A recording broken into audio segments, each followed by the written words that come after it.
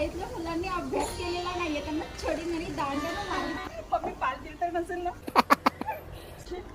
आयुष्यभर आठवणीत राहील असा हा दिवस मी माझ्या मैत्रिणीबरोबर स्पेंड केला होता आणि तोच मी तुमच्याबरोबर शेअर करते. एक बाई ज्यावेळेस काम करत असते ना, ती कधीच स्वतःसाठी करत नाही. हे प्रत्येक पुरुषांनी समजून घेणं तेवढंच गरजेचं आहे. ती कमवते म्हणजे स्वतः खर्च करण्यासाठी कधीच करत नाही. नेहमी वर्किंग वुमनला ना असं बघितलं जातं की ती कमवते म्हणजे ती स्वतःचे निर्णय घेणार, स्वतःही करणार. फक्त तिचा एकच उद्देश असतो की नाही, मी कमवते म्हणजे फक्त थोडंसं तरी का असे ना की माझ्या मनासारखं होऊ दे, आणि जे काही आपण करतोय ते आपण आपल्या फॅमिलीसाठीच करतोय, ह्यापेक्षा जास्त सत्य काहीच नाही आहे. नाहीतरी ती निवांत घरामध्ये बसून सुद्धा चटणी भाकरी किंवा जे काही भाजी चपाती ते सगळं करू शकते. तर हा जो गैरसमज आहे ना, तो खरंच पुरुषांनी डोक्यातनं काढणं खूप गरजेचं आहे. आणि बायकांनी पण कधीच हा इगो डोक्यात ठेवू नये की मी कमवते म्हणजे मी खूप मोठी झाले, असं नाही आहे. शेवटी आपल्याला आपल्या फॅमिलीची गरज तेवढीच आहे जेवढी आपल्या नवऱ्याला आपली गरज असते. तर दोघांनी जर व्यवस्थित सांभाळून हा संसार पुढेपर्यंत नेला ना, तर सगळं छान होतं मंडळी. तर आज आहे ना, संध्याकाळी मी पटापट आवरून घेतलेलं, कारण की आम्हाला उद्या जायचं होतं एका सुंदरशा ठिकाणी. आणि इडली सांबार आणि आप्पेचा बेत होता, कारण की खूप दिवस झाले मुलांनी पण खाल्लं नव्हतं आणि मी पण खाल्लं नव्हतं, म्हणून मी हे केलं. आणि ना काही लोकांचे खूप जास्त गैरसमज होते, ते मला गैरसमज क्लिअर करायचे होते आज या व्हिडिओमधनं. कारण की बरेच लोक असं म्हणतात की तू कमवायला लागली म्हणजे खूप मोठी झाली आहेस का, हे झालेस का. अजिबात तसं काहीच नाही. मागच्या महिन्यात जेव्हा मी गावी गेले होते ना, तेव्हा कळालं की आमच्या घरात ना खूप जास्त धूळ येते गावाकडच्या, त्यामुळे ना अगारोचा हँडहेल्ड व्हॅक्यूम क्लीनर मी मागवला होता. ABS कॉम्पॅक्ट बॉडी डिझाईनमध्ये आपल्याला हे पाहायला मिळते. यामध्ये मला ना मेन युनिट मिळालेलं आहे, त्याचबरोबर फ्लेक्सिबल होल्स मिळाले, 3 क्लिनिंग ब्रशेस मिळाले आणि एक मॅन्युअल मिळालेली आहे.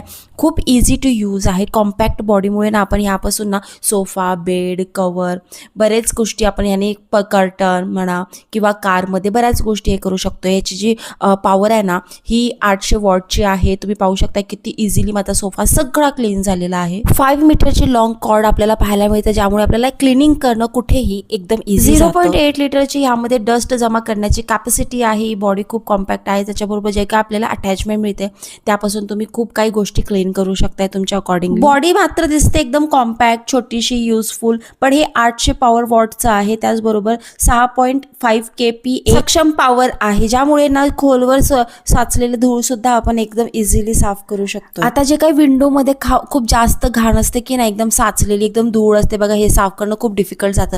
तर असे काही अटॅचमेंट आहे जे आपण एकदम इझिली क्लीन करू शकतो. आतमधले असलेला ब्लॅक फिल्टर हा आपल्याला मऊ ब्रशच्या साह्यानेच फक्त क्लीन करायचा आहे. क्लिनिंग करायची असेल तर हॉर्स पाईप जी फ्लेक्सिबल आहे ती लावायचीही गरज नाही. तुम्ही डस्ट पाहू शकताय किती जास्त जमा झालेली आहे, ती आपण इझिली आपण फेकू पण शकतो. आणि इतकं कॉम्पॅक्ट आहे, कुठेही कॅरी करू शकतो किंवा कुठेही छोट्याशा जागेमध्ये ठेवू शकतोय.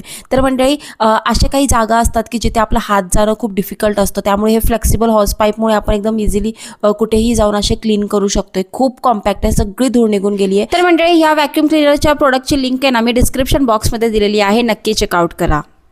आरतीचे माझ्यावरती इतके उपकार आहे, मी तुम्हाला काय सांगेल तितकं कमी आहे तिच्याबद्दल. कारण जेव्हापासून मी नाशिकला आले ना, तेव्हापासून ती एक माझी फक्त फॉलोवर होती, पण आता जवळपास आमची वर्ष झाली, इतकी छान ओळख आहे. आम्ही दोघी मिळून प्लॅन केला होता की कुठेतरी जाऊया, कारण की ही शेवटचे काही दिवस उरले नाशिकमध्ये, ते मेमोरेबल बनवूया म्हणून आम्ही आलो होतो साधना विलेजमध्ये, जिथे आपल्याला स्टेसुद्धा पाहायला मिळतो. बऱ्याच गोष्टी आहे, इतकं छान छान आहे ना, मी तुम्हाला पुढे दाखवतच आहे. फक्त मिसळच नाही तर इथे बऱ्याच गोष्टी आपल्याला पाहायला मिळतात. तर आम्ही दोघींनी छान मिसळ खाल्ली, कारण की आज ज्या घरामध्ये मी राहते ना, ते सुद्धा तिनेच मला शोधून दिलं होतं. म्हणजे मी नसताना तिने माझ्यासाठी ऑफिसमधनं हाफ डे घेऊन माझ्यासाठी एवढं केलं. तर तिचं खरंच माझ्यावरती खूप उपकार आहे. इतकं छान घर तिने मला पाहून दिलं होतं, जिथे मी एकदम सिक्युअरली राहतीये. ठीक आहे, रेंट जास्त आहे, पण घरसुद्धा तेवढं सुंदर आहे. त्यानंतर आम्ही छान अशी मलाई आईस्क्रीम खाल्ली, जी मला इतकी आवडली ना. आणि लस्सी तर ओहो माय गॉड, साधनाची लस्सी खूप टेस्टी असते, त्याची जिलेबीसुद्धा खूप छान आहे. पण आज आम्ही साधना विलेजमध्ये आलो होतो, जे आपण नेहमी जातो दॅट इज डिफरंट. ते साधना चुलीवरची मिसळ आणि हे वेगळं आहे. इथे एक सेलिब्रिटी आले होते, ज्यांना मी भेटायला आले होते, सुबोध भावे. त्यांच्यासोबत फोटोज वगैरे काढले. त्यांची आणि माझी खूप छान ओळख आहे. त्यांनीच मला इन्व्हाइट केलं होतं, पण त्यांचा फोटो मी सध्या पब्लिक नाही करू शकत, कारण त्यांचा मूवी यायचा अजून बाकी आहे. त्यानंतर मी आले आंबलेवाडी. जर तुम्ही शहरात राहून कंटाळला असाल तर एक वेळा आंबलेवाडीला नक्की व्हिजिट करा, कारण की इथे तुम्हाला गावाकडची वाईब येणार आहे. शाळेतल्या मुलांनी अभ्यास केलेला नाहीये, त्यांना छडीने आणि दांड्याने मारणार. आणि मॅडम, तिथे एक स्पेशली एक मुलगा आहे, तो खूप नॉटी, त्याचं नाव शिवचरण आहे, खूप मस्ती करतो.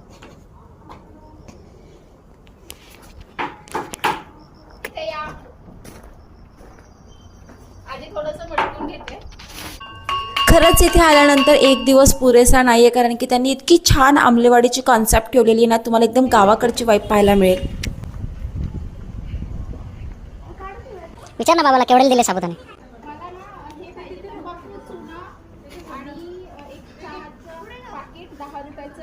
बघा लोकांची हालत काय झाली. खरे बाबा इकडे उभे आणि ती कोणाशी बोलते.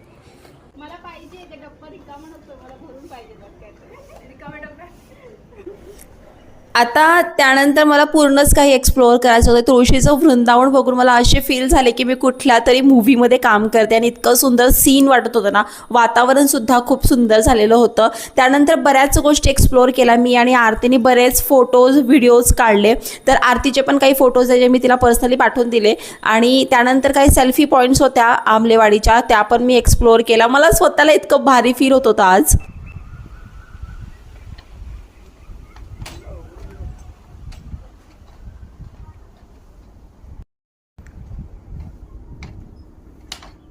माझी चप्पल तुटली आहे, मला चप्पल शिवून घ्यायची आहे. सांबाराच्या दुकानात बसली.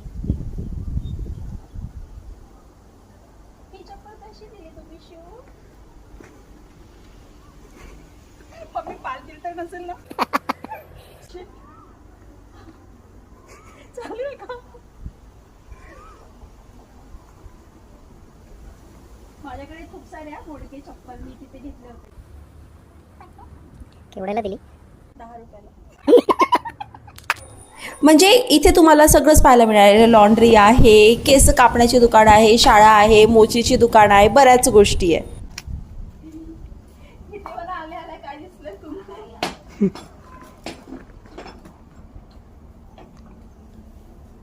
कोण कटिंग करणार माझी?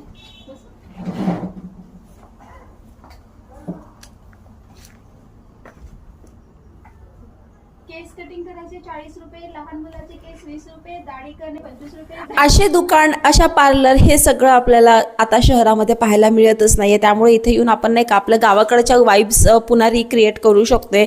आता हल्लीसुद्धा आपण गावाकडे कमी जातो आणि आता हे साधना रेस्टॉरंट आहे. जेव्हा त्यांनी स्टार्ट केलं होतं तेव्हा अशी छोटीशी 4 बाकडं होते, तिथून स्टार्ट केलं त्यांनी.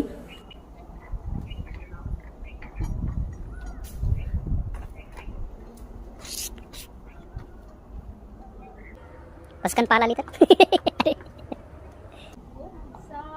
चांगलं आहे की इथं.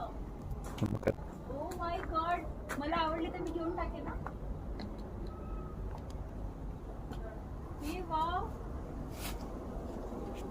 हा बांगडा किती सुंदर आहे. हे मला आवडले. हा बांगडा खूप सुंदर आहे. मस्त आहे.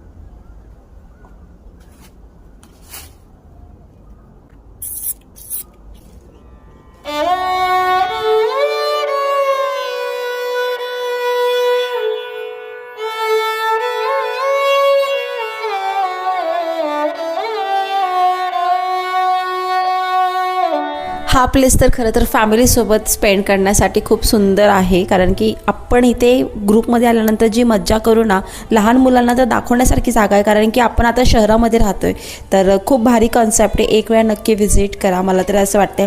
आणि नाशिक सोडण्याच्या आधी ज्या काही मेमरीज मी त्यातनं कलेक्ट करते ना, ते माझ्यासाठी खूप महत्त्वाचं आहे. कारण की या शहराने इतकं काही दिलं आहे ना, की जे मी आयुष्यात कधीच विसरू शकत नाही.